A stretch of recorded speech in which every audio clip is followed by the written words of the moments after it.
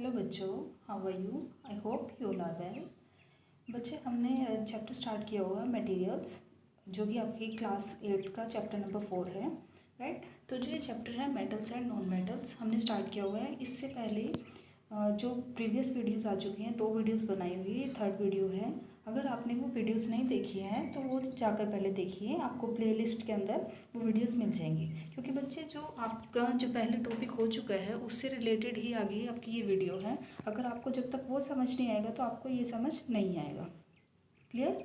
तो इसलिए अब देखो, जो हम ये टॉपिक है ये स्टार्ट कर चुके हैं, materials and non metals. Means सबसे पहले हमने क्या स्टडी किया था? बेसिक स्टडी किया था कि मेटल्स और नॉन मेटल्स को किस टाइप पे फिजिकल नेचर के बेसिस पे कैटेगराइज करते हैं। देन उसके बाद हमने केमिकल प्रॉपर्टी स्टार्ट की थी, राइट। कुछ प्रॉपर्टीज़ हम स्टडी कर चुके हैं। अब जो रिमेनिंग केमिकल प्रॉपर्टीज़ हैं उनको हमें आज इस वीडियो में कवर अप करना है। ओके बच्चे, इस वीडियो को अच्छे से ध्यान से सुनना और लास्ट तक वीडियो को देखना, क्योंकि बच्चे जब तक लास्ट तक आप अच्छे से वीडियो नहीं देखोगे तो आपको ये टॉपिक क्लियर नहीं होगा।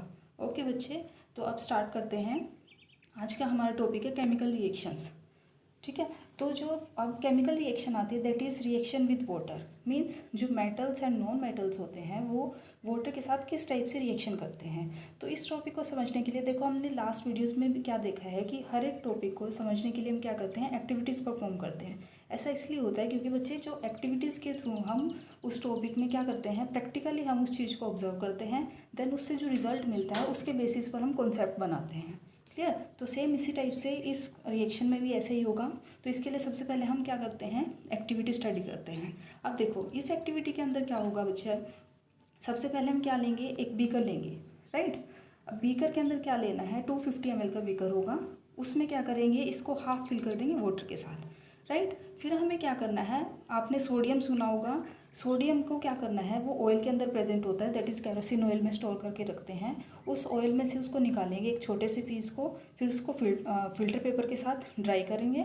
देन उसके बाद क्या करेंगे, उसको कॉटन में रख देंगे, राइट। देन उसके बाद क्या करना है, जो वो आपका सोडियम मेटल है उसको हमें क्या करना है, उस जो बीकर है, बीकर के अंदर ड्रॉप करना है, जिसके अंदर वाटर प्रेजेंट है। तो आप क्या ऑब्जर्व करते हैं, अब आपको ऑब्जर्व क्या करना है, अब पहले रिएक्शन होगी, रिएक्शन स्टॉप होने के बाद आपको ऑब्जर्व करना है क्या क्या उस रिएक्शंस के थ्रू हुआ है। ठीक है, तो सबसे पहले आप क्या देखोगे, जब रिएक्शन स्टॉप हो जाएगी सबसे पहले उस बीकर को टच करके देखना है। क्लियर? कि वो हॉट है या फिर कोल्ड है, राइट। देन उसके बाद इस फर्स्ट स्टेप के बाद आपको क्या करना है, जो उस बीकर के अंदर सॉल्यूशन प्रेजेंट होगा उस सॉल्यूशन को क्या करना है, लिटमस पेपर के साथ टेस्ट लगाना है। रेड लिटमस पेपर है, ब्लू लिटमस पेपर, राइट। तो अब लिटमस पेपर का यूज किस लिए कर रहे हैं, वो इसलिए कर रहे हैं क्योंकि हमें यहाँ से ये चेक करना है जो सॉल्यूशन है उसका नेचर किस टाइप का है, दैट इज़ एसिडिक है या फिर बेसिक है। क्लियर? तो अब हमने क्या देखा, मैं आपको बताती हूँ। इस एक्टिविटी में क्या ऑब्जर्व करोगे आप, सबसे पहले आप जैसे ही इस बीकर को टच करोगे तो वो आपको वहाँ से क्या फीलिंग आएगी कि वो बीकर गर्म हो चुका है, that is beaker become hot, right. तो अब ये हॉट क्यों हुआ है, क्योंकि बच्चे, जब भी जो आपका सोडियम मेटल होता है अगर वो वाटर के कॉन्टैक्ट में आता है तो वहाँ पर क्या हो जाता है, आग लग जाती है, that is that catch fire, right. अब अगर हम अब इसके सॉल्यूशन को चेक करें लिटमस पेपर के साथ, red litmus paper and blue litmus paper के साथ अगर चेक करें तो वहाँ से हम क्या ऑब्जर्व करते हैं, जो ब्लू लिटमस पेपर होता है उसके लिटमस पेपर में कोई भी चेंज नहीं होगा। मीन्स जो अगर ब्लू है तो वो एज इट इज़ ब्लू का ब्लू ही रहेगा, राइट। देन उसके बाद अगर हम रेड लिटमस पेपर को इसी टाइप से सॉल्यूशन में डिप करते हैं तो जो रेड लिटमस पेपर होगा वो किस में कन्वर्ट हो जाएगा, ब्लू कलर में कन्वर्ट हो जाएगा। तो आपको पता है, जैसे आपने लास्ट क्लास में भी स्टडी करके आए हो एसिड बेस में, कि अगर आपका सॉल्यूशन बेसिक होता है तो वहाँ पर क्या होगा, जो रेड कलर का लिटमस पेपर होगा वो किस में कन्वर्ट हो जाएगा, ब्लू कलर में कन्वर्ट हो जाएगा। क्लियर? तो यहाँ से हमने क्या ऑब्जर्व किया कि जब भी जो सोडियम मेटल होता है अगर उसकी वाटर के साथ रिएक्शन होती है तो जो सॉल्यूशन बनता है, फर्स्ट पॉइंट तो क्या होगा, वहाँ पर क्या होगा, हीट रिलीज होगी। ठीक है, सेकंड पॉइंट क्या ऑब्जर्व किया कि जो सॉल्यूशन बनेगा उसका नेचर किस टाइप का होगा, बेसिक होगा। मीन्स जो सॉल्यूशन बनेगा उसका नेचर कैसा होगा, बेसिक होगा। क्लियर? तो हम इस एक्टिविटी के थ्रू हमने क्या ऑब्जर्व किया कि जो मेटल्स होते हैं वो मेटल, जैसे फॉर एग्जांपल हमने यहाँ लेकर चले थे सोडियम मेटल, जो सोडियम मेटल होता है वो काफ़ी रिएक्टिव होता है। क्लियर?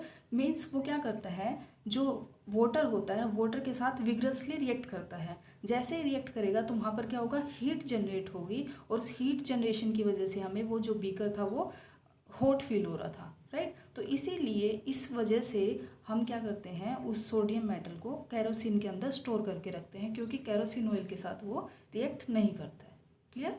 ये बहुत इंपॉर्टेंट पॉइंट है। यहाँ से हमने ये ऑब्जर्व किया कि जो सोडियम मेटल होता है वो काफ़ी रिएक्टिव होता है, और ये क्या करता है, ऑक्सीजन एंड वाटर के साथ बहुत फास्ट रिएक्शन देता है, और वहाँ पर क्या होता है, हीट जनरेट होती है। और हीट जनरेशन के इसी वजह से हम क्या करते हैं, जो ये आपका सोडियम मेटल होता है उसको कहाँ स्टोर करके रखते हैं, केरोसिन ऑयल में स्टोर करते हैं। क्लियर। आई होप आपको इतना अच्छे से समझ आ गया होगा। ठीक है। अब इसके बाद नेक्स्ट आता है, ये मेन पॉइंट है यहाँ पर बच्चे, जो सोडियम मेटल है, मेटल्स और भी होते हैं, काफ़ी सारे मेटल्स होते हैं, लेकिन out of all this metal जो सोडियम मेटल होता है सिर्फ वही क्या करता है, बहुत फास्ट रिएक्शन देता है किसके साथ, वाटर के साथ। बाकी जो मेटल्स होते हैं वो इतनी फास्ट रिएक्शन नहीं देते। जैसे आपने देखा होगा आयरन है, आयरन भी मेटल है, लेकिन वो क्या करता है, इतनी फास्ट रिएक्शन नहीं देता है वाटर के साथ। आपने देखा होगा जैसे आयरन के ऊपर जो रस्टिंग होती है वो क्या इतनी जल्दी 1-2 मिनट में लग जाती है, नहीं, उसको कुछ आवर्स लगते हैं, उस डेज लगते हैं उस पर रस्टिंग लगने के लिए। क्लियर। अब इसके बाद नेक्स्ट आता है नॉन मेटल्स। अभी हमने स्टडी किया मेटल्स के बारे में, अब हम स्टडी कर रहे हैं नॉन मेटल्स के बारे में। अब जो नॉन मेटल्स होते हैं वो रिएक्ट करते हैं वाटर के साथ, नहीं करते। ठीक है। तो वो किसके साथ रिएक्ट करते हैं, वो एयर के साथ रिएक्ट करते हैं। उनका वाटर के साथ कोई रिएक्शन नहीं होता, बट वो एयर के अंदर रिएक्शन दे देते हैं। इसी वजह से इस रिएक्शन को स्टॉप करने के लिए हम उनको क्या करते हैं, वाटर के अंदर स्टोर करते हैं। क्यों, क्योंकि वाटर के अंदर वो क्या करेंगे, कोई भी रिएक्शन नहीं देंगे। क्लियर। ठीक है। तो फॉर एग्जांपल फॉस्फोरस, जिसको हम किससे डिनोट करते हैं, पी से डिनोट करते हैं। तो जो ये फॉस्फोरस होता है वो काफ़ी रिएक्टिव नॉन मेटल होता है, जो कि क्या करता है, जैसे हम उसको एयर में छोड़ देते हैं तो वो क्या करता है, फटाफट से आग को पकड़ लेता है, means catch fire if expose to air. तो इसीलिए हम क्या करते हैं, इसको वाटर के अंदर स्टोर करके रखते हैं। क्लियर। आई होप आपको इतना समझ आ गया होगा। हमने देखा मेटल किस टाइप से वाटर के साथ रिएक्ट करते हैं, और नॉन मेटल्स किस टाइप से रिएक्ट करते हैं। नॉन मेटल्स क्या करते हैं, वाटर के साथ रिएक्शन नहीं देते, लेकिन जो मेटल्स होते हैं वो वाटर के साथ रिएक्शन देते हैं। क्लियर। अब इसके बाद नेक्स्ट आता है रिएक्शन विद एसिड्स। मीन्स जो ये मेटल और नॉन मेटल्स होते हैं ये एसिड्स के साथ किस टाइप से रिएक्शन देंगे। अब इस पॉइंट को भी हम क्या करेंगे, एक्टिविटी के थ्रू ही समझेंगे। इस एक्टिविटी के अंदर क्या होता है, देखो बच्चे, हम क्या लेकर चल रहे हैं, मेटल लिया है, ठीक है, और नॉन मेटल्स लिए हैं। देखो यहाँ तक क्या है, मेटल्स हैं, चारकोल पाउडर और सल्फर क्या है, नॉन मेटल्स है।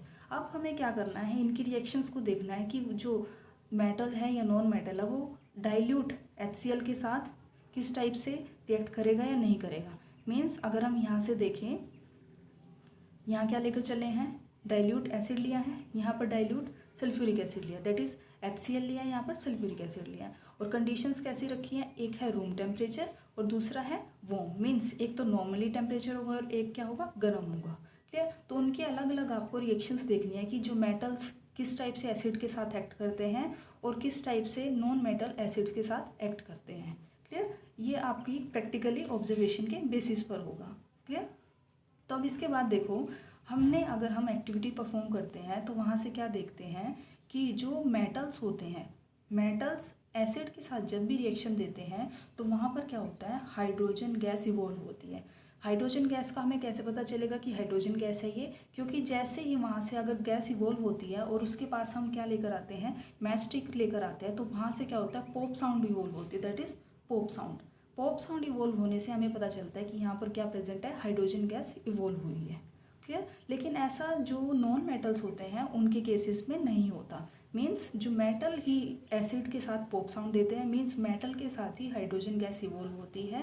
जो नॉन मेटल्स होते हैं उनके साथ हाइड्रोजन गैस इवॉल्व नहीं होती है। क्लियर। तो यहाँ से आपने इतना देख लिया। अब देखो एक पॉइंट आता है, जो कॉपर होता है, कॉपर मेटल है, जो कॉपर मेटल होता है वो डाइल्यूट HCl के साथ रिएक्ट नहीं करता, चाहे अगर हम उसको हीट भी कर दे तो, लेकिन वो क्या करता है, सल्फ्यूरिक एसिड होता है, सल्फ्यूरिक एसिड के केस में रिएक्शन देता है। मीन्स वहाँ से क्या इवॉल्व होगी, हाइड्रोजन गैस इवॉल्व होगी। क्लियर। ये पॉइंट आपको ध्यान रखना है कि जो कॉपर होगा वो HCl के साथ रिएक्शन नहीं देगा, बट किसके साथ देगा, वो सल्फ्यूरिक एसिड के साथ रिएक्शन देगा। क्लियर। आई होप आपको इतना अच्छे से समझ आ गया होगा। ठीक है। अब बच्चे नेक्स्ट आता है रिएक्शंस विद बेसिस। मीन्स हमने अभी क्या देखा कि जो मेटल्स हैं और नॉन मेटल्स हैं वो एसिड के साथ किस टाइप से एक्ट करते हैं। अब हमें देखना है कि बेस के साथ वो किस टाइप से एक्ट करते हैं। तो क्या देखना है, इसके साथ इसमें भी क्या करेंगे हम, एक्टिविटी परफॉर्म करेंगे। इस एक्टिविटी में क्या होगा, देखो बच्चे, सबसे पहले हमें क्या करना है, sodium hydroxide that is NaOH का सॉल्यूशन बनाएंगे। उसकी पैलेट्स होती हैं, उन पैलेट्स को हमें क्या करना है, वाटर के अंदर डिज़ोल्व करना है, ठीक है। देन उसके बाद हमें क्या करना है, सॉल्यूशन बन गया। फिर क्या करेंगे हम, उस सॉल्यूशन के अंदर एल्यूमिनियम फॉइल, क्योंकि एल्यूमिनियम क्या है, एक मेटल है, तो एल्यूमिनियम फॉइल को उसके अंदर डाल देंगे। तो क्या करना है, उसके बाद जैसे हमने उसके अंदर डाला तो वहाँ पर कुछ रिएक्शन होगी। फिर हमें ये चेक करना है कि हम क्या करेंगे, एक मैच स्टिक लेकर आएंगे, बर्निंग मैच स्टिक होगी।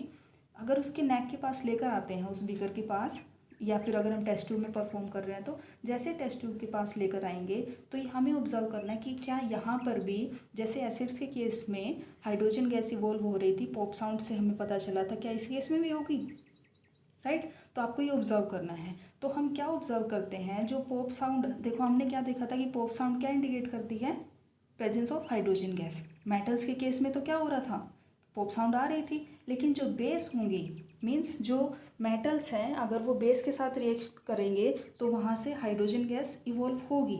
लेकिन जो नॉन मेटल्स होंगे, नॉन मेटल के केस में ऐसा नहीं होता है, राइट। क्यों, क्योंकि जो नॉन मेटल होते हैं वो बेस के साथ क्या बना लेते हैं, कुछ और कंपाउंड बना लेते हैं, जिनको हम क्या बोलते हैं, कॉम्प्लेक्स बोलते हैं। क्लियर। तो हमने यहाँ से क्या ऑब्जर्व किया इन पॉइंटों से कि जो मेटल्स होते हैं और नॉन मेटल्स होते हैं, अगर उनका कंपैरिजन देखें एसिड के साथ, तो जो मेटल्स होते हैं वो एसिड के साथ रिएक्ट करते हैं, जो कि हमें कहाँ से पता चला, पॉप साउंड की वजह से। और वो पॉप साउंड किस वजह से थी, हाइड्रोजन गैस की वजह से। फिर उसके बाद हम देखते हैं कि जो मेटल्स हैं और नॉन मेटल है वो बेस के साथ रिएक्ट करते हैं या नहीं करते हैं। तो हमने क्या ऑब्जर्व किया, मेटल्स बेस के साथ भी रिएक्ट करते हैं, लेकिन जो मेटल्स हैं बेस के साथ रिएक्ट करते हैं, लेकिन जो नॉन मेटल्स होते हैं वो बेस के साथ रिएक्ट नहीं करते। मीन्स वहाँ पर रिएक्ट तो करेंगे, कॉम्प्लेक्स बनाएंगे, लेकिन वहाँ पर हाइड्रोजन गैस इवॉल्व नहीं होगी। क्लियर। आई होप आपको इतना अच्छे से क्लियर हो गया होगा, ठीक है। अब बच्चे इसके बाद आता है डिस्प्लेसमेंट रिएक्शन। मीन्स इसके अंदर क्या होगा, ये आपने पहले भी देखा होगा बच्चे, डिस्प्लेसमेंट रिएक्शन नाम से ही पता चल रहा है, इसका ये नाम ही इसका सजेस्ट कर रहा है कि डिस्प्लेस मीन्स एक ऑब्जेक्ट को उसकी पोजीशन से डिस्प्लेस करना, मीन्स उस पोजीशन से हटा देंगे और उस पोजीशन पर कोई और आ जाएगा, राइट। तो इसके लिए हम क्या करते हैं, ये आपने पहले पढ़ा है अपनी छोटी क्लास में, दैट इज 7th क्लास में। अब इस चीज़ को भी हम क्या करेंगे, मेटल और नॉन मेटल में डिस्प्लेसमेंट रिएक्शन होगी या नहीं होगी और किस रेट से होगी, मीन्स फास्ट होगी या स्लो होगी, तो इस चीज़ को स्टडी करना है। तो इसके लिए हम क्या लेकर चलेंगे, हम क्या कर रहे हैं, एक्टिविटी परफॉर्म कर रहे हैं। इस एक्टिविटी के अंदर क्या होगा, हम 5 बीकर लेकर चलेंगे, दैट इज़ हमने इसको लेबल दे दिया है, beaker number A, beaker number B, beaker number C, D and E, right. अब क्या करना है, अब हमें इन बीकर्स के अंदर सॉल्यूशन फिल करना है। मीन्स जो आपका बीकर नंबर A होगा, बीकर नंबर A के अंदर क्या लेंगे हम, कॉपर सल्फेट लेंगे। देन उसके बाद हम क्या डाल देंगे, उसके अंदर जिंक के ग्रैन्यूल्स डाल देंगे, राइट। सेम इसी टाइप से बीकर नंबर B में कॉपर सल्फेट लेंगे और क्या डाल देंगे, आयरन नील डाल देंगे। देन उसके बाद C के अंदर क्या डालेंगे, हम जिंक सल्फेट डालेंगे और कॉपर टर्निंग्स डालेंगे। देन जो बीकर नंबर D होगा उसके अंदर हम आयरन सल्फेट डालेंगे और कॉपर टर्निंग्स डालेंगे। बीकर नंबर E के अंदर जिंक सल्फेट डालेंगे और उसके अंदर आयरन नील डालेंगे। तो जैसे ही हम ये रिएक्शन लगाते हैं तो हमें ऑब्जर्वेशंस पता करनी है कि क्या क्या ऑब्जर्व होगा। तो जैसे हम देखें, अगर इस पिक्चर में ध्यान से देखें तो क्या हो रहा है, बीकर नंबर A से कलर पहले ब्लू था, किस में कन्वर्ट हो गया, ग्रीनिश कलर में हो गया, ठीक है, मीन्स कलर चेंज हो गया। तो बीकर नंबर B में भी कलर चेंज हो रहा है, C में नो कलर चेंज, D में नो कलर चेंज, E में नो कलर चेंज। अब ये कलर चेंज होने का मतलब क्या है कि यहाँ पर कुछ रिएक्शन हुई होगी, लेकिन आपके जो जिनमें कलर चेंज नहीं हुआ, इट मीन्स यहाँ पर कोई भी रिएक्शन नहीं हुई है। यहाँ से हमें यही आइडिया लग रहा है। तो इसलिए हम अब क्या करते हैं, अब इन रिएक्शंस को देखेंगे कि ऐसा कैसे हो रहा है, राइट। तो इस रिएक्शन से अब हमें क्या देखना है, देखो सबसे पहले रिएक्शन दिखाती हूँ मैं आपको कि किस टाइप से आपको ऑब्जर्व करना है। देखो सबसे फर्स्ट बीकर में क्या लेकर चले थे, कॉपर सल्फेट लिया था प्लस जिंक लिया था। तो क्या हो रहा है, जो आपका ओरिजिनली ब्लू कलर था वो ब्लू कलर किस में कन्वर्ट हो जाता है, कलरलेस सॉल्यूशन में कन्वर्ट हो जाता है। क्लियर। तो इसका कलरलेस सॉल्यूशन होने का मतलब क्या है, इट मीन्स वहाँ पर कुछ नया कंपाउंड बन गया है। और साथ में क्या होगा, नीचे बॉटम में रेड कलर के PPT बन जाते हैं, मीन्स नीचे कुछ पाउडर फॉर्म में नीचे सेटल डाउन हो जाता है। वो किस वजह से, इसकी वजह से। अब देखो ये कैसे हो रहा है, कॉपर सल्फेट लेकर चले थे, जिंक के साथ रिएक्शन करवाई, तो क्या करता है, जो कॉपर था इसकी जगह पर कौन आ जाता है, जिंक। मीन्स कॉपर की जगह कौन आ गया, जिंक आ गया। मीन्स यहाँ पर क्या हुआ है, जिंक ने कॉपर को डिस्प्लेस कर दिया है, और जो आपका कॉपर था वो उसका क्या बन गया है, वो एज ए पाउडर फॉर्म में वहाँ से निकल गया है, किससे, इस कॉपर सल्फेट में से, राइट। तो यहाँ से हमें क्या पता चला कि एक metal that is zinc displace कर रहा है एक दूसरे मेटल को। तो ये कब होता है, देखो आप बच्चे, आपको पता है, आप सपोज करो एग्जांपल्स लेके थ्रू करते हैं। जैसे एक बच्चा है, पतला सा है, वो वीक है, और एक मोटा सा बच्चा है, ठीक है, हेल्दी बच्चा है, प्लीज़ डोंट माइंड। एक हेल्दी बच्चा है, जस्ट फॉर इलस्ट्रेशन हम एग्जांपल के लिए कर रहे हैं बस। तो हमें पता है कि जो एक मोटा बच्चा है, अगर हमें उसको हटाना है, पतले बच्चे को वहाँ से तो वो क्या करेगा, जो मोटा हेल्दी बच्चा है जिसके पास पावर है, वो क्या करेगा, उस पतले बच्चे को हटा देगा वहाँ से, ठीक है। तो इस केस में भी यहाँ पर इसी टाइप से है। जो जिंक मेटल होता है, वो जिंक मेटल क्या होता है, रिएक्टिव होता है, उसकी रिएक्टिविटी बहुत ज़्यादा होती है एज़ कम्पेयर टू कॉपर। तो इसीलिए क्या कर रहा है यहाँ पर, जो जिंक है वो कॉपर को यहाँ से डिस्प्लेस कर देगा और खुद उसकी जगह पर आ जाएगा। क्लियर, आई होप आपको एग्जाम्पल के थ्रू ये क्लियर हो गया होगा।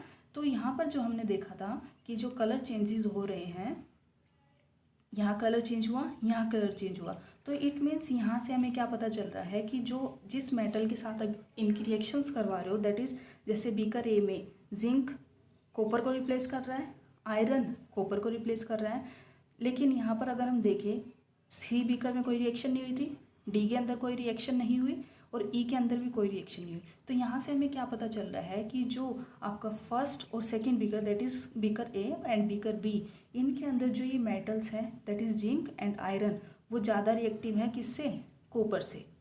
क्लियर, मीन्स जो जिंक है, मैं यहाँ लिख देती हूँ इसको, जिंक है जो मेटल, वो ज़्यादा रिएक्टिव है किससे, कॉपर से। और सेम इसी टाइप से आयरन भी ज़्यादा रिएक्टिव है किससे, कॉपर से। क्लियर, आई होप आपको इतना अच्छे से क्लियर हो गया होगा। तो इस एक्टिविटी के थ्रू हमने क्या देखा कि मेटल्स में भी कुछ मेटल्स तो रिएक्टिव होते हैं, कुछ मेटल्स कम रिएक्टिव होते हैं। जो ज़्यादा रिएक्टिव मेटल होता है वो फास्ट रिएक्शन देता है एक दूसरे मेटल को वहाँ से डिस्प्लेस करने में। क्लियर, आई होप आपको इतना अच्छे से क्लियर हो गया होगा, ठीक है। तो यहाँ से मैं यहाँ अंडरलाइन करती हूँ, तो यहाँ से एक रूल बन गया है हमारे पास कि जो जिंक है, अभी मैंने बताया कि जिंक क्या है, ज़्यादा रिएक्टिव है कॉपर से, और आयरन भी क्या है, आयरन भी रिएक्टिव था, आयरन भी डिस्प्लेस कर रहा था, ठीक है। लेकिन जिंक आयरन से भी ज़्यादा रिएक्टिव है और कॉपर से भी ज़्यादा रिएक्टिव है। मीन्स अगर हम यहाँ कंक्लूड करें, zinc then iron then copper, means copper सबसे, इन तीनों में अगर कंपैरिजन करें तो लिस्ट रिएक्टिव है, और जो जिंक है वो क्या है, मोस्ट रिएक्टिव है। क्लियर, आई होप आपको ये पॉइंट अच्छे से समझ आ गया होगा बच्चे, ये काफ़ी इंपॉर्टेंट पॉइंट है, ये आपको ध्यान रखना है। क्लियर, तो हमने यहाँ से क्या देखा कि जो जिंक मेटल है वो ज़्यादा रिएक्टिव है as compare to copper and iron. Clear, तो इस डिस्प्लेसमेंट रिएक्शन में हमने इसके बारे में स्टडी किया। तो ये हमने कुछ एक केमिकल रिएक्शन स्टडी किए हैं कि किस टाइप से जो वाटर होता है मेटल्स के साथ एंड नॉन मेटल्स के साथ किस टाइप से रिएक्ट करता है। देन उसके बाद हमने स्टडी किया कि जो एसिड्स होते हैं वो किस टाइप से मेटल एंड नॉन मेटल के साथ रिएक्ट करते हैं। देन उसके बाद स्टडी किया कि बेस किस टाइप से रिएक्ट करते हैं, और फिर लास्ट में हमने क्या देखा, डिस्प्लेसमेंट रिएक्शन। मीन्स जो मोर रिएक्टिव मेटल होता है वो लीस्ट रिएक्टिव मेटल को उसकी पोजीशन से डिस्प्लेस कर देता है। क्लियर, आई होप बच्चे आपको अच्छे से समझ आ गया होगा ये। ओके बच्चे, थैंक यू।